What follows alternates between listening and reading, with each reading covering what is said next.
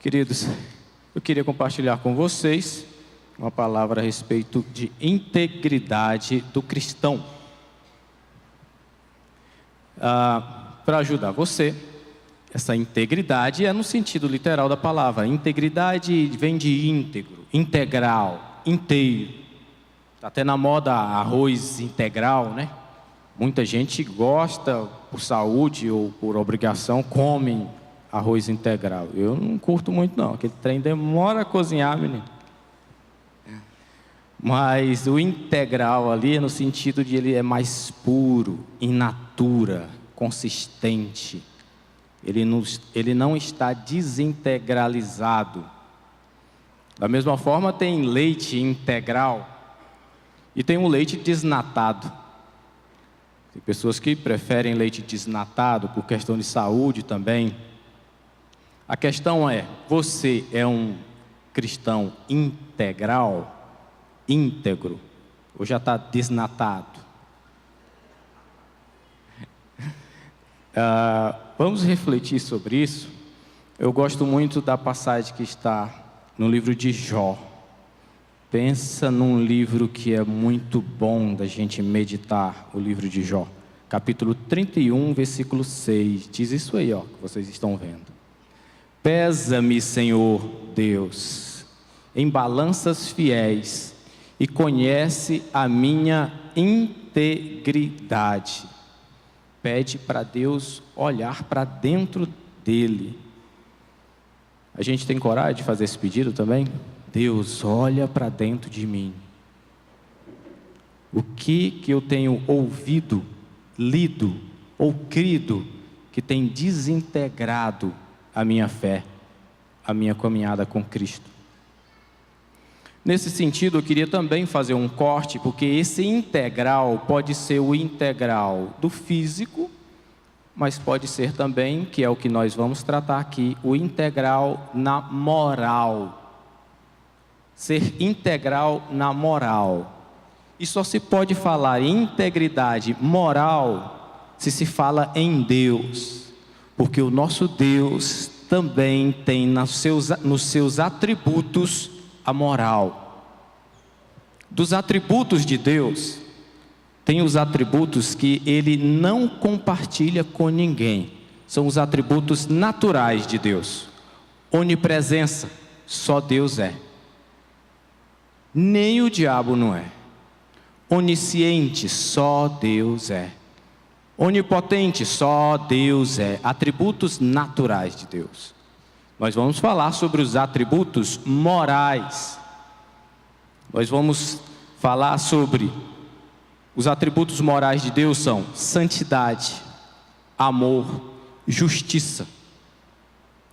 É complicado um cético, um ateu, defender algo na moralidade. Porque moral parte-se de um princípio, tem que ter um parâmetro. Tem que ter alguém que diz, isso é o certo, isso é o errado. No ateísmo, não há certo e errado. Há opinião diferentes.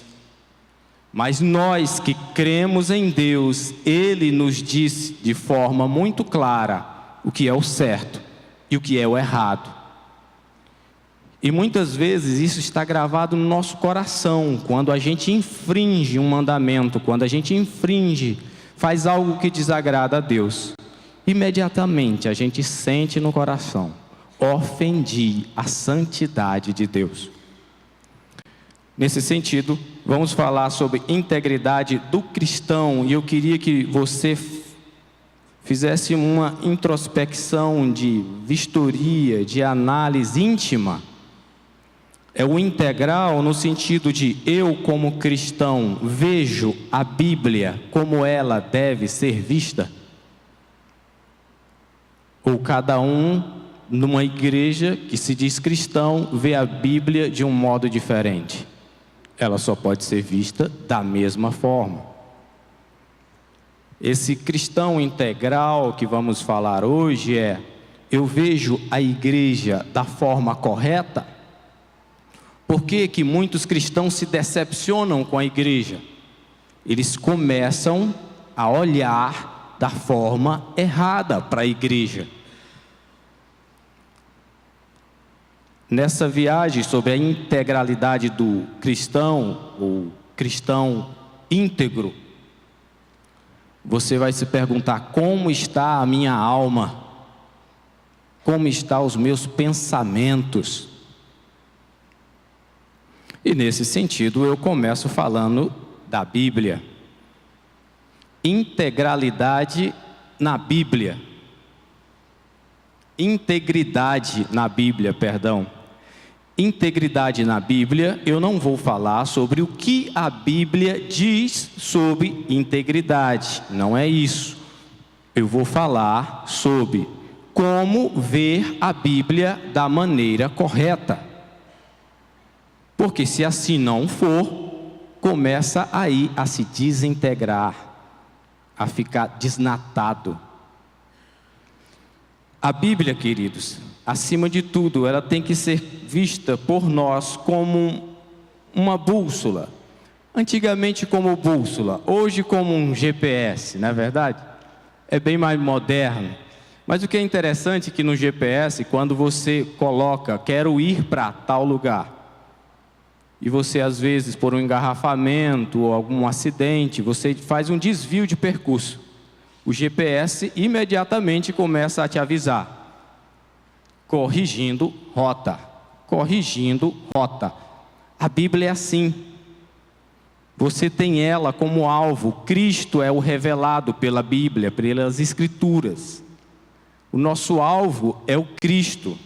Quando eu pego a Bíblia e com devoção começo a ler, ela tem que sempre me avisar: Joelson, corrija a sua rota. Corrija o seu caminho, corrija o seu percurso. Diferentemente de qualquer um outro livro filosófico, manuscritos humanos, que você vê simplesmente pelo ponto de vista da intelectualidade, do conhecimento, a Bíblia tem que ser lida, acima de tudo, com o coração, com devoção. Você já leu versículos que não contêm as lágrimas ao ler o versículo?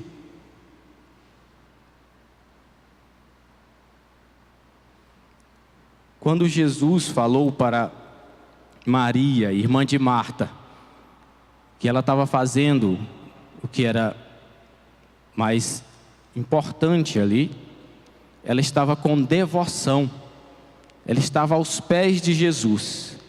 A palavra ela tem que ser lida e meditada desta forma. Olha o que diz 2 Timóteo capítulo 3, versículo 16. Vocês podem ler para mim, por favor?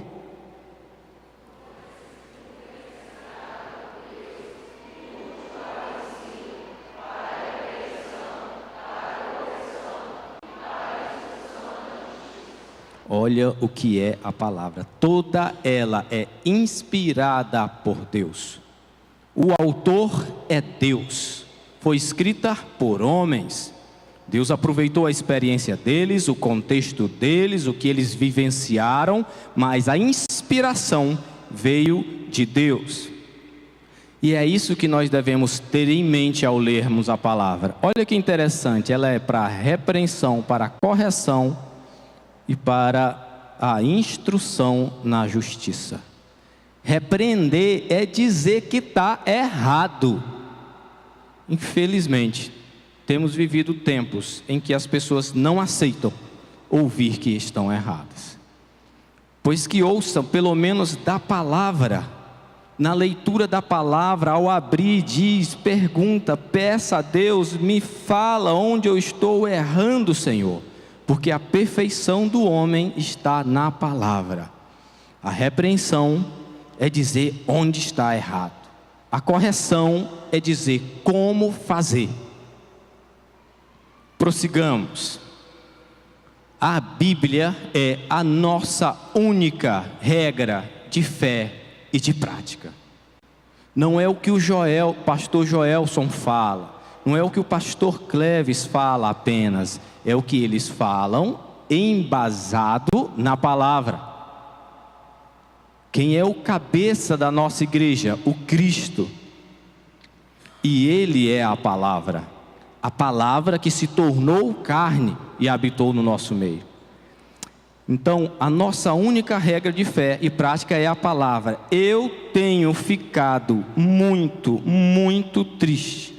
Sou grato a Deus pela sua misericórdia, pela sua graça, que fez um processo inverso comigo, que me tirou da academia, Faculdade de Ciências Humanas e Letras, formado em Ciências Econômicas, de leitura de sociólogos, de filósofos, para conhecer a verdadeira vida que está na Bíblia.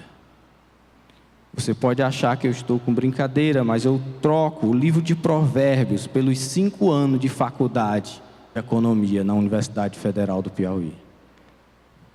Em termos de ensino para a vida, ensino de dar sabedoria, no sentido de como lidar com as pessoas, eu troco. Mas quantos cristãos que são fervorosos, que veneram a Bíblia, mas quando entram na faculdade, quando saem de lá, ele sai um pedagogo. E aí, a Bíblia já não é tão absoluta. Ele passa a ler e a analisar a Bíblia com o crivo do Jean Paul Sartre, de Paulo Freire, de Frei Beto. O cara é cristão, ele é alimentado pela palavra, é a presença do próprio Deus, mas ele entrou na faculdade de psicologia, e quando ele sai da faculdade de psicologia, o que a Bíblia diz já não é tão absoluta, já tem uma relativização, porque do ponto de vista psicológico, existem outros argumentos. Queridos, eu não estou desfazendo do que o conhecimento acadêmico que há em Friedrich Nietzsche, em Karl Marx, em Engels. O que eu estou dizendo é que o único manuscrito inerrante, infalível, é a Bíblia. Se você se incomoda nesta cadeira de me ouvir falar, sim, como no livro O Violinista, de Karl Marx, onde no manuscrito dele ele fala claramente, tem umas páginas, se quiser me procura depois, no livro, que diz que ele fez aliança com trevas, que sentia o cheiro do inferno, que queria destronar esse Deus que governa o mundo. E aí? Eu não estou entrando no ponto de vista econômico, e sim no ponto de vista ideológico, que essas pessoas não são neutras nem isentas. Elas querem influenciar, elas querem abalar a estrutura da igreja por dentro, na alma, nos pensamentos. A partir do momento em que relativiza-se a Bíblia, você abre não uma brecha, mas um dique para a sua queda, para a revolta com a igreja, para a apostasia da fé. A palavra de Deus, a Bíblia, ela não contém a palavra de Deus. Se afirmarmos que a Bíblia contém a palavra de Deus, podemos dar entendimento de que contém também outras coisas, e não contém. A Bíblia é a palavra de Deus, ela é a palavra de Deus. Às vezes a gente ouve muito, não tem ouvido o Senhor, não tem ouvido o Senhor. Ouça os escritos das Escrituras, é a palavra de Deus. A Bíblia é absoluta para você?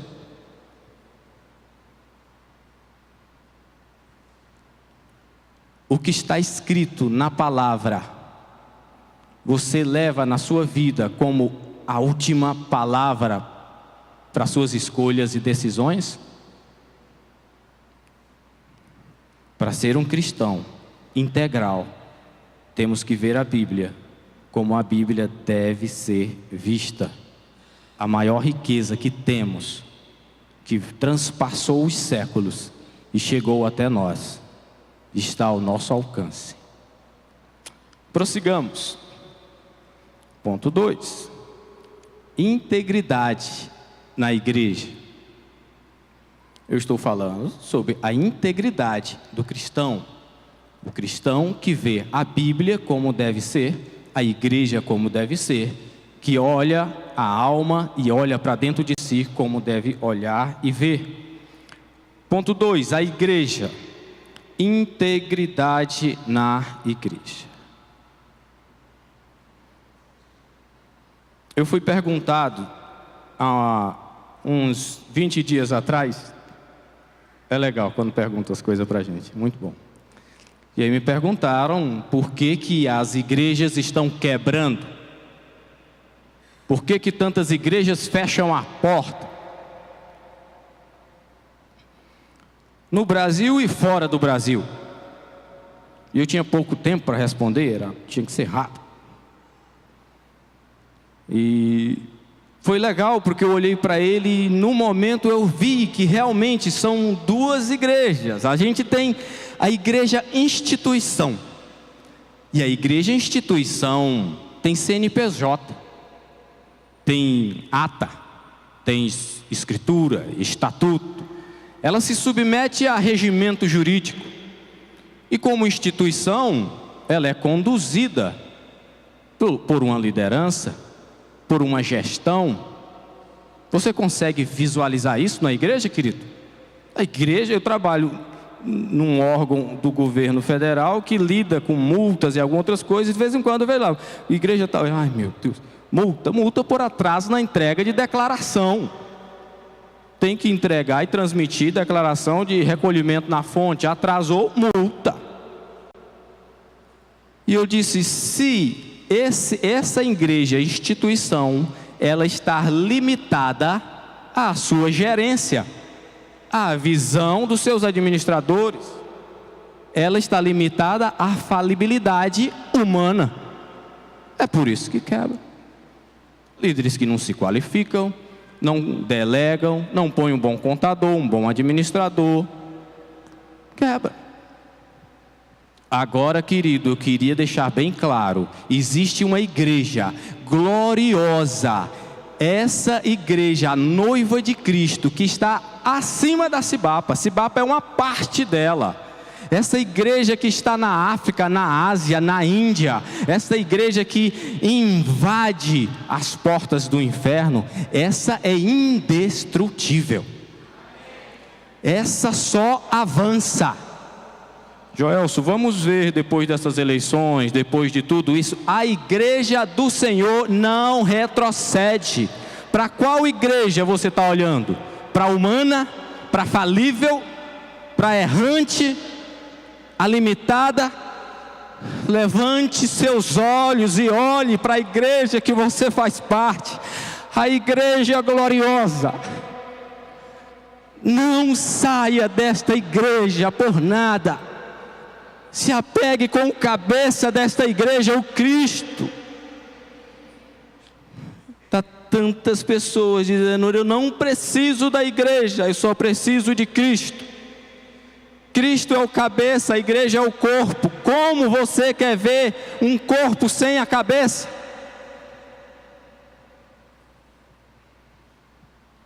Nós somos o corpo, e esse corpo bem ajustado é que tem e atrai a presença do Senhor. Somos corpo, assim bem ajustado, completamente ligado, unidos em amor, uma família em Cristo. Não tire os seus olhos para essa igreja. Essa igreja é vitoriosa, está no livro de Apocalipse. Essa igreja, as portas do inferno não prevalecerão contra ela, está no livro de Mateus. E a palavra de Deus em Efésios nos revela que todas as coisas convergem para Cristo. Não há neutralidade em Cristo. Com Cristo, ou você junta ou você espalha. No livro de Lucas, capítulo 11, versículo 23, diz: aquele que não está comigo é contra mim, e aquele que comigo não ajunta, espalha. Ou estar com Cristo e estar se juntando, ou está espalhando, meu. Não tem neutralidade para Jesus e para a igreja. O fato é que o plano de Deus é unir cada vez mais o mundo com Cristo. Deus está unindo as coisas, mas o pecado está separando. Deus quer multiplicar, o diabo quer divisão. O fato é que o principal instrumento para reconciliar o mundo e todas as coisas é a igreja. E por isso, as pessoas têm o direito de esperar integridade na igreja. As pessoas têm o direito de ter esperança na igreja. Eu gosto de quando se fala que a igreja é hospital. Eu gosto muito. Mas o erro é quando a gente só enxerga o hospital como um depósito de doentes e feridos. O melhor na igreja é a cura e a libertação que esses doentes dentro da igreja, que é um hospital, recebem. É uma porta aberta para entrar e acolher feridos e doentes. Mas é um lugar onde cura e transformação, regeneração acontece. O ruim é que tem muito crente realmente enfermo, mas que não quer cura, não quer ministração. Chega a palavra que cura, que liberta, que purifica, que transforma, e ele, não é para mim. E o convite que eu deixo é esse. A igreja pode ser comparada a um hospital? Pode. Mas não esqueça que no hospital se chega doente, mas se sai sarado. E nós temos o médico dos médicos ministrando no meio da igreja. Esse Cristo, através da palavra, através do ensino, quer curar. Quer falar para você: pega a tua, levanta e anda. Levanta e anda. É por isso que Cristo pergunta: o que queres que eu te faça? Prossigamos. Você tem sido usado para reconciliar o mundo com a igreja? Como você vê, enxerga a igreja? Você tem espalhado ou ajuntado? Vamos lá. Integridade na alma. Quase finalizando, gente. Integridade na alma. Esse versículo é bem legal. Ele diz em Mateus capítulo 6, versículo 23.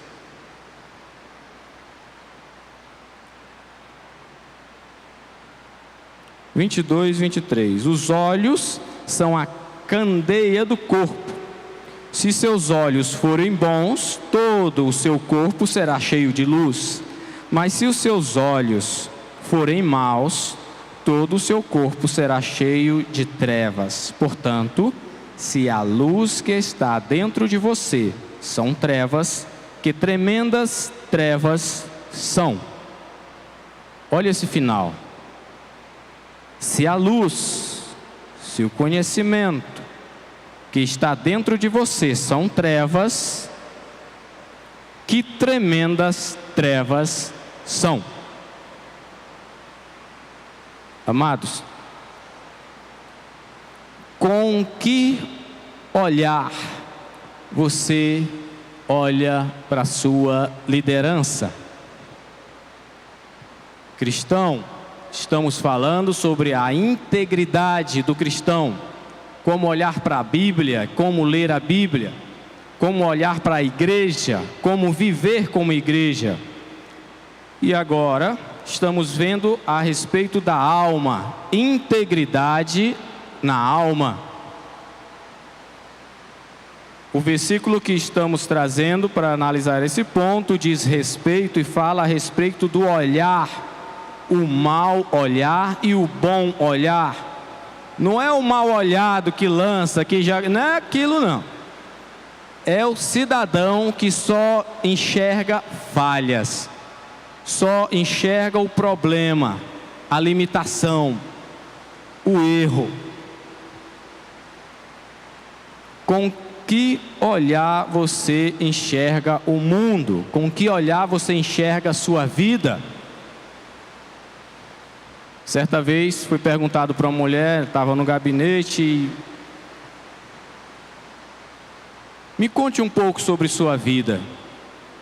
E ela passou mais de 1h30 falando sobre suas feridas, suas dores, seus sofrimentos.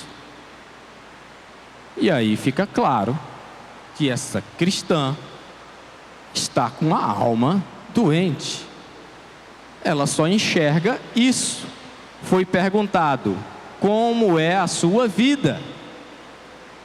E ela inconscientemente respondeu: dor, feridas, traições e sofrimento. Vocês estão me ouvindo, queridos? Ok. Essa questão é tão séria, é tão grave, o cuidado que devemos ter com o olhar que penetra para a nossa alma e pode colocar luz ou treva dentro do nosso coração. Que eu tenho um exemplo. No livro de Gênesis, capítulo 13, do versículo, acredito que 13 em diante, não vamos colocar aqui, vai falar sobre a vida de Ló e Abraão. Abraão é reconhecido como o pai da fé. Abraão encantou a Deus, Deus se apaixonou pela fé de Abraão. Deus deu promessas para Abraão de ser uma grande nação. Se nós estamos aqui hoje como igreja, devemos também a fé de Abraão. Olha o líder que foi Abraão. Mas o que aconteceu com Ló que andava com ele? Acredito que por ter escolhido uma parte boa de terras e ido para lá com seus pastores, ele deve ter visto muitas falhas em Abraão. Ele viu muitas falhas em Abraão, ao ponto de escolher morar e conviver em Sodoma. Ló foi para Sodoma, saiu do acampamento, da tenda de Abraão. O que Ló viu em Abraão ao ponto de tomar uma escolha e uma decisão dessas? Será que é só ele? Cuidado com as trevas no olhar. O olhar saudável faz a diferença. Abraão olhava para a cidade celestial. Abraão olhava para a igreja gloriosa, incorruptível, a noiva. Ló olhou para o aqui e o agora, para o imediato. Olhou para as oportunidades de negócio. Escolheu a melhor terra, as melhores propriedades. Ele olhou para os tesouros desta terra. O olhar de Abraão, onde ele chegava, primeiro, ele levantava um altar para o Senhor. Depois, armava uma tenda. Depois, construía uma casa. Depois ampliava e construía o closet. Primeiro o altar para o Senhor. Já Ló preferiu resolver ele mesmo a vida dele.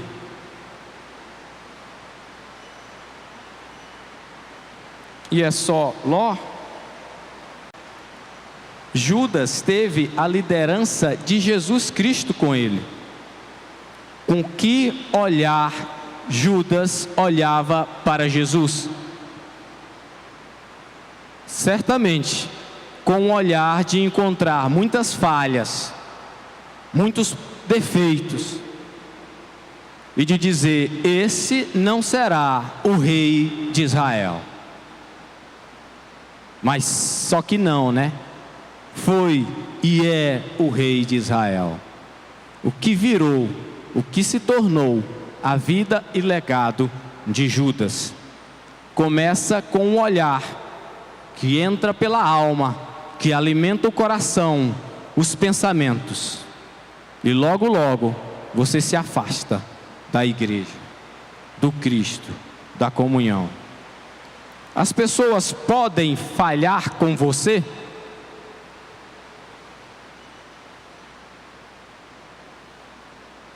Fale para a pessoa do seu lado: você pode falhar comigo.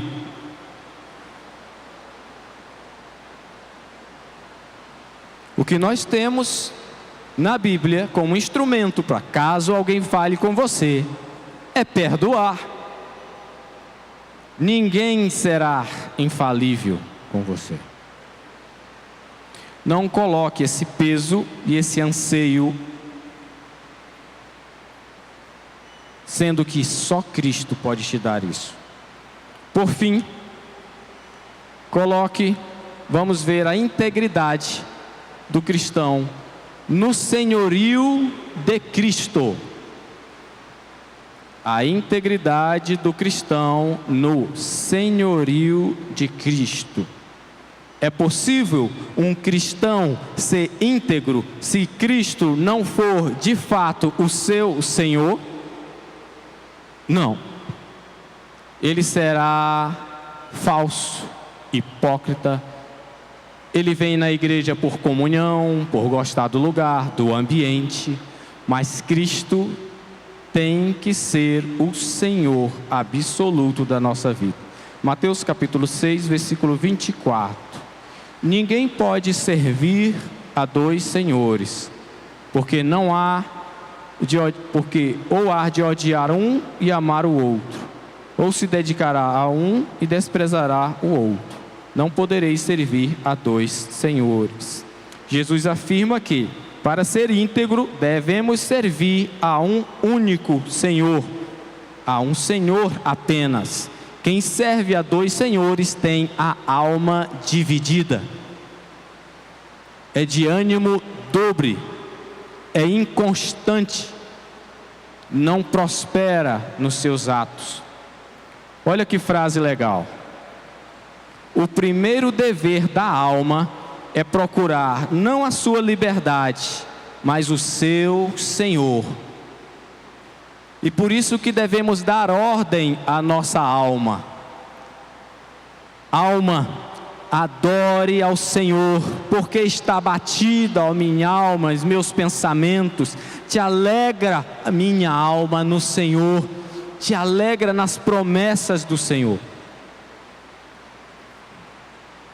A quem sua alma serve? Quem é o seu Senhor, igreja? Vocês podem responder junto no 3? 1, 2, 3. Quem é a verdade, igreja? Quem é o único caminho, igreja? Quem é a vida, igreja? Temos que crer com a alma no que falamos. Temos que crer que o nosso Senhor é Jesus e o senhorio da nossa vida é dele. Pena que muitas vezes buscamos agradar mais às pessoas do que a Cristo. Sabia que para agradar a Cristo, muitas vezes você desagrada as pessoas?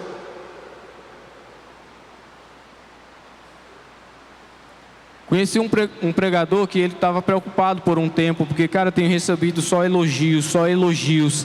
Isso tem me preocupado. Eu tenho agradado a Deus?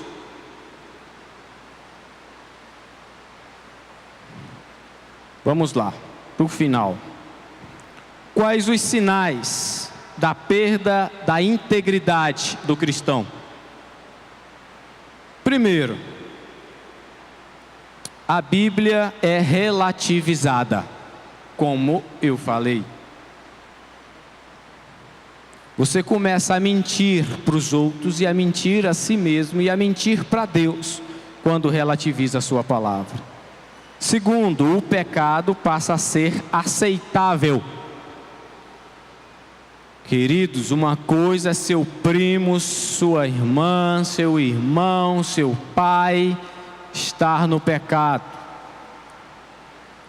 Mas quando eles perguntarem algo a você, a sua opinião sobre a sua caminhada de pecado, não hesite em ficar do lado da palavra, do lado do Senhor. É isso que leva as pessoas ao arrependimento. O errado, quando não se é íntegro como cristão, o errado passa a ser o certo, e o certo passa a ser o errado. Graças a Deus, glória a Deus, pelos profetas que o Senhor tem levantado nesta nação, que contradiz aqueles que acham que a igreja tem que ser miserável, calada, submissa, trancafiada em quatro paredes. Graças a Deus, porque esses homens têm bradado no STF, têm profetizado que haverá justiça nesta nação, dentro da Câmara dos Deputados, dentro do Senado. Conheço pessoas que se juntam de 2 em 2 para orar nos órgãos públicos durante intervalos de lanche e proclamar o Evangelho. Sonho em Deus numa igreja que ora nas quadras, nas praças. Graças a Deus, mas eu fico triste pelos cristãos que veem com tristeza alguém profetizar e falar de Jesus dentro do Congresso. Tem, queridos, tem.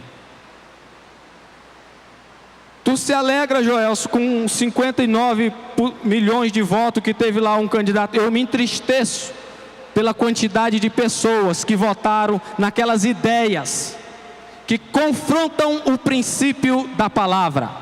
Homens passam. Daqui a 4 anos, talvez nem o presidente eleito, ninguém lembra o nome. Sei lá o que vai acontecer. Mas uma coisa devemos lembrar e lembrar e lembrar e ficar do lado: os princípios da palavra. Ou então, querido, os sinais da perda da integridade já estão batendo e entraram no seu coração. Se você relativiza princípios, reveja a sua caminhada cristã. Se arrependa. Se arrependa. Homens passam, mas a palavra de Deus permanece para sempre, e ela continuará sendo a nossa única regra de fé e prática.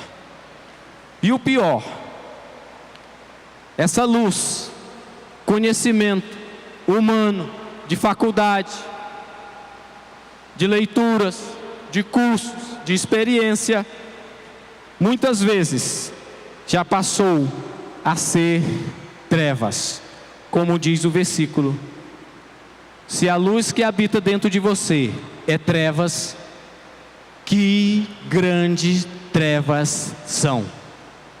Se o que você tem como parâmetro como basilador da sua caminhada cristã, são trevas, querido.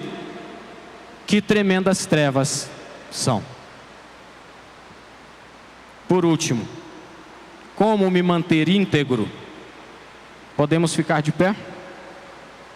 Pode ficar de pé, igreja. Como me manter íntegro? Caminhando na luz.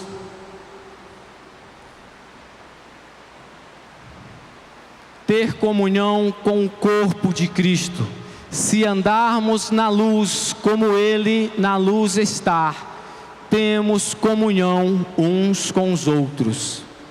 Eu lembro que em 2012, meu pastor Valmir colocou um vídeo e eu odiei, eu detestei o vídeo que foi colocado. Era um pastor de Curitiba falando, Luciano Piragini, o pastor Piragini. Um dia que eu encontrar aquele homem, eu vou dar um abraço e um cheiro nele. E cara, muito obrigado pela sua coragem. E na época, me converti em 2007, 7, 8, 9, 10, 11, 12, tinha uns 5 anos de crente, mas não justifica. Mas eu ainda tinha muito de, não filosofia, mas de ideologia dentro de mim. E a ideologia, ela é muito mais nefasta para a caminhada cristã do que a filosofia. O filósofo diz ao final da sua filosofia: só sei que nada sei. Ele reconhece que não é sabedor de tudo. O filósofo reconhece que a filosofia está acima dele. O ideólogo não. O ideólogo está acima da ideologia. E por essa ideologia ele perverte, ele corrompe, ele manipula, ele mata. E mata a nossa alma e a nossa fé. E eu peguei nos 2 braços da cadeira e falei: vou sair daqui, porque esse não é o meu lugar. Quando aquele pensamento veio, na mesma hora eu disse: eu vou para onde? Se só aqui é que tem a palavra da vida eterna. E a partir dali, eu comecei a olhar com muito crítica ao meu comportamento. Por que que aquilo queria tirar-me da igreja, da comunhão? Por que que eu ia escolher uma ideologia a escolher a vida que liberta? Graças a Deus escolhi a igreja. Porque para onde iremos nós, para onde você irá, se só na palavra, se só na igreja é ministrado a comunhão do Espírito Santo? Tenha esse pensamento. Torne-se uma pessoa objetiva, simples. Uma coisa, Senhor, eu peço, na sua caminhada, para onde vou, uma coisa, Senhor, eu peço, que possa viver na sua casa todos os dias da minha vida. Salmo 27, 4. Uma coisa, Senhor, eu faço. Eu quero fazer tanta coisa, quero fazer tanta coisa. Uma coisa, Senhor, eu faço. Me esquecendo das coisas que ficaram para trás, olhando para o alvo que é Cristo, e eu prossigo, olhando para Cristo, somente para Cristo. Uma só coisa é necessária: adoração, adoração, adoração. Lucas capítulo 10, versículo 38. Queridos, eu queria orar, eu queria desafiar você que recebeu essa palavra. Falamos sobre a integridade do cristão na sua fé, no que ele entende da Bíblia, no que ele entende como igreja, no que ele entende como a sua alma. E você certamente conhece pessoas que já estiveram no nosso meio, já estiveram na comunhão da igreja, e hoje está distante do Senhor. Nada supre a sede, na alma e no espírito dessas pessoas. Deus conhece o nome, o endereço, o dia que nasceu, onde estão, como estão, as lágrimas do rosto que correm dos seus olhos.